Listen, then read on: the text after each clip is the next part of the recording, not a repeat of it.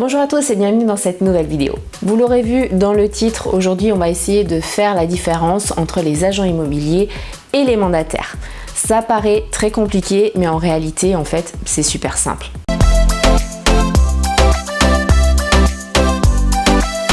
La profession d'agent immobilier existe depuis très longtemps et c'est une profession qui est excessivement réglementée. Vous le savez, l'agent immobilier est là pour mettre en relation un vendeur et un acquéreur pour que la maison se vende rapidement, au meilleur prix, avec des conseils et surtout que tout soit sécurisé. L'agent immobilier peut travailler soit seul, soit employé du personnel et avoir une agence.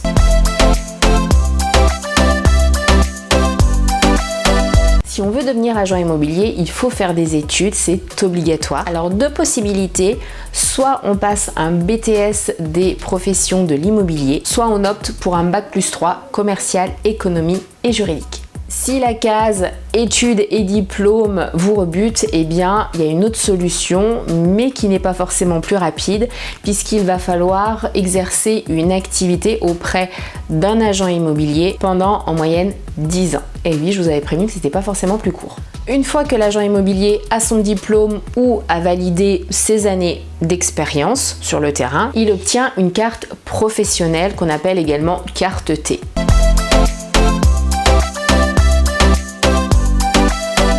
L'agent immobilier a passé ses diplômes, a sa carte T, mais attention, c'est un indépendant tout de même, donc il va falloir qu'il se déclare au registre du commerce comme n'importe quel indépendant. Et chose importante, en général, un agent immobilier doit fournir une garantie financière, surtout s'il veut ouvrir une agence, donc ça ne se fait pas du jour au lendemain.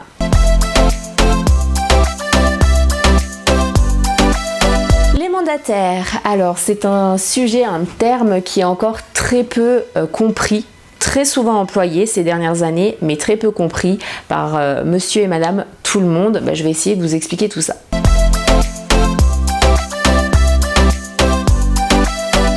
Le mandataire en immobilier a la même mission que l'agent immobilier, c'est-à-dire, comme je viens de vous l'expliquer pour l'agent, c'est de mettre en relation des vendeurs et des acquéreurs, permettre aux vendeurs de vendre leurs biens au meilleur prix et dans les meilleures conditions et d'aider des acquéreurs à trouver leur futur logement. Que ce soit pour un logement principal, secondaire ou pourquoi pas de l'investissement, tout comme l'agent immobilier.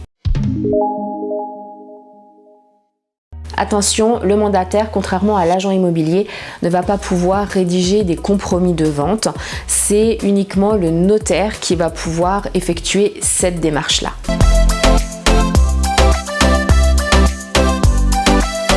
Le mandataire n'a pas d'agence, il n'a pas non plus de salarié puisqu'il est totalement indépendant et dans la majeure partie des cas, il fait partie d'un réseau de mandataires, donc de plusieurs centaines, milliers de personnes qui sont comme lui indépendants. Ce n'est pas parce qu'il est indépendant qu'il est totalement libre, le mandataire signe un contrat avec son réseau.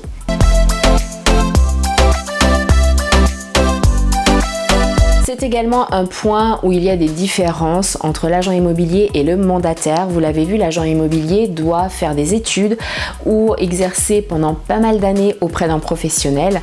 Le mandataire, quant à lui, doit effectuer une formation de base.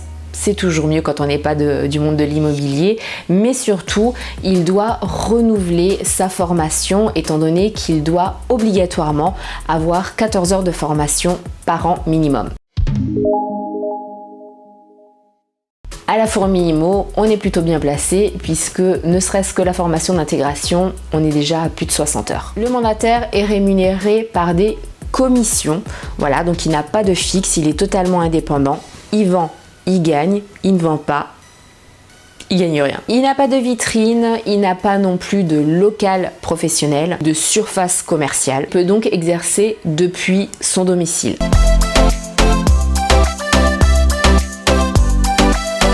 Même s'il y a beaucoup de différences entre les agents immobiliers et les mandataires, notamment au niveau de la formation, il y a tout de même des points communs et c'est surtout au niveau administratif.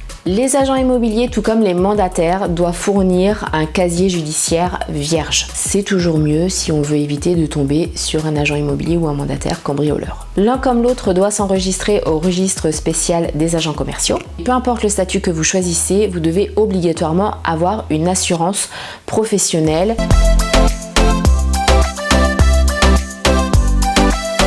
Et contrairement à ce qu'on pourrait penser, eh bien ce n'est pas parce qu'on a passé des diplômes qu'on est forcément formé ou qu'on est plus compétent. Bien au contraire, c'est vraiment dans la formation continue qu'on voit la différence. Donc ne vous fiez pas forcément à ce point-là. Essayez de savoir et en tout cas de ressentir soit l'agent immobilier, soit le mandataire que vous avez en face de vous, et c'est ça qui fera réellement toute la différence. J'espère que cette vidéo vous aura permis de mieux comprendre la différence entre les agents immobiliers et les mandataires en immobilier. Si ce n'est pas encore fait, n'hésitez pas à vous abonner à cette chaîne, à activer toutes les notifications, donc c'est avec la petite cloche qui est juste à côté du bouton s'abonner. Et puis, eh bien pourquoi pas partager cette vidéo, ça permettra à votre entourage, aux personnes qui sont autour de vous, que vous connaissez, vos connaissances, vos amis, vos contacts, eh bien de comprendre également à leur tour la différence entre les agents immobiliers et les mandataires en immobilier. Je vous souhaite une excellente journée.